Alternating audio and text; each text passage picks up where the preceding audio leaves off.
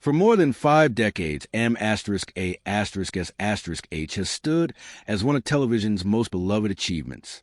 But underneath the comedy in the iconic ensemble cast is a much messier story, one full of quiet hardships, contract disputes, on-set superstitions, and coincidences so strange they sound invented.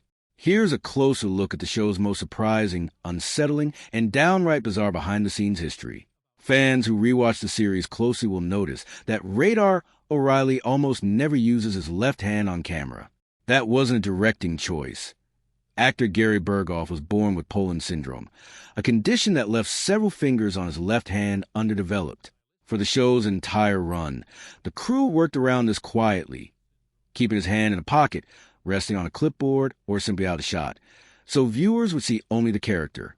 It never stopped Berghoff from showing off his genuine talent as a drummer between takes. Radar's teddy bear, meanwhile, became one of the most recognizable props in TV history and eventually landed a spot in the Smithsonian's collection. Curiously, when the museum first assembled its M*A*S*H display after the finale, staff apparently couldn't locate the actual bear right away, a small, strange mystery involving one of the show's most sentimental objects. Behind the scenes, actor Wayne Rogers left the role of Trapper John McIntyre after only 3 seasons, and CBS was reportedly angry enough to weigh legal action. As the story goes, Rogers had pushed back on restrictive terms in his contract early on and never actually signed it, and production moved forward anyway without noticing. By the time he chose to leave, the network apparently had no real legal standing to stop him, letting him exit with a freedom almost unheard of in that era of television. Even the wardrobe held hidden compromises.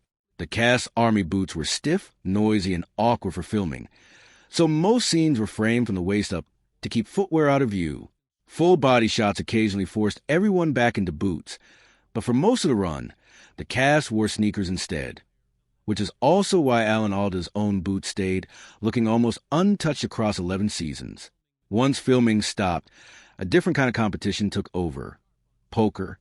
Cast members regularly gathered to play cards during downtime, and Loretta Swit reportedly earned a reputation as a fierce, hard-to-read bluffer at the table. Alan Alda directed 32 episodes on top of acting in all of them, and he apparently liked to do it barefoot whenever the Southern California heat made it bearable. His calm, low-key style on set is often credited with keeping the cast grounded through some of the show's heaviest scenes. What's less remembered is how close he came to never landing the role at all. By some accounts, Alda didn't formally commit to playing Hawkeye Pierce until roughly 6 hours before the pilot began filming, which makes his eventual 5 Emmy wins across acting, writing, and directing all the more remarkable. Mike Farrell, who played B.J. Honeycutt, became known for something else entirely: napping. Given the demanding shooting schedule, he was reportedly often found asleep between takes, on stretchers, in corners, even on the operating room set itself. David Ogden Stiers, who brought Major Charles Winchester to life, once nearly left the set convinced the crew had played a prank on him over a missing sandwich, only to discover he'd left it on a prop tray himself. The rest of the cast reportedly found it funny for years, though Stiers, known for taking his craft seriously, apparently never fully saw the humor. Loretta Swit herself almost left the show early on, worried that Margaret Houlihan would stay stuck as a flat comedic character. Instead of quitting, she pushed to deepen the role, gradually giving Margaret real strength and vulnerability, turning her into one of the more fully developed female characters on television at the time. The most dramatic behind-the-scenes event tied to the show was a real one. In October 1982, an actual brush fire swept through the outdoor set at Malibu Creek State Park, destroying tents, props, and much of the standing camp. Rather than stop production, the writers folded the real destruction into the finale itself, reframing it on screen as enemy shelling that forces the camp to evacuate, a rare case of unscripted chaos directly shaping a scripted ending. The story doesn't end there. In November 2018, the Woolsey fire tore through that same stretch of Malibu Creek State Park again, this time with no writers softening the blow. It reportedly destroyed the rebuilt set pieces, damaged vehicles, and burned the restored signpost area that fans had long hiked out to visit. A site that had once been deliberately burned for a storyline had now genuinely burned a second time, decades apart.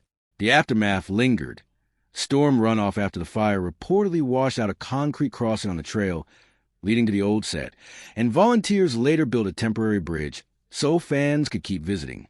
Restoration has continued in stages, though visible fire damage reportedly remains in parts of the park today.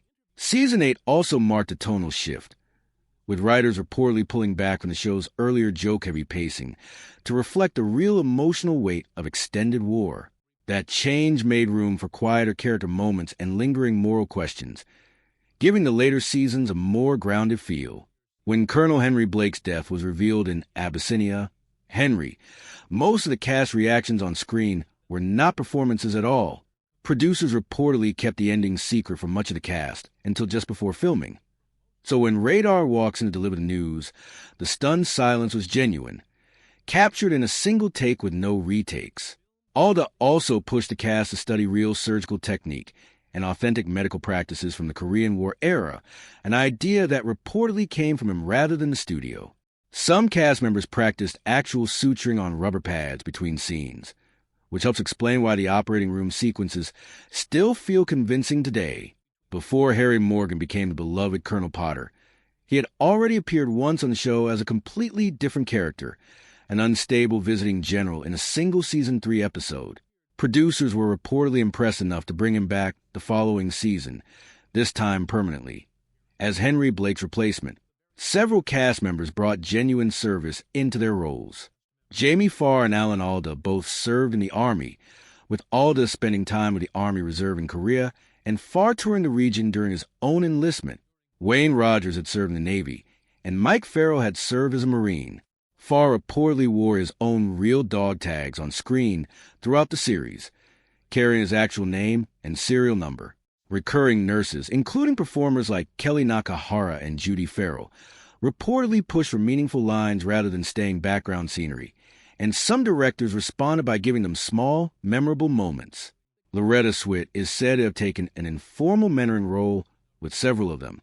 Real doctors who had served in actual MASH units during the Korean War reportedly wrote to the show over the years, some praising its honesty, others feeling the tone was too irreverent for what they'd lived through. Producer Gene Reynolds reportedly answered many of these letters personally, explaining that the goal had always been to show the humanity inside war, not just the war itself. To save money on the pilot, producers reused actual aerial and helicopter footage from Robert Altman's original 1970 **A**H film, a legal shortcut since the same studio owned both productions, quietly linking the movie and series visually in a way most viewers never noticed.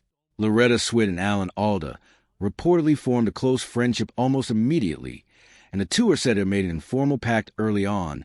Neither would leave the series as long as the other stayed, even as Outside offers tempered them individually. That loyalty is often credited with giving the show stability, as other original cast members departed over the years.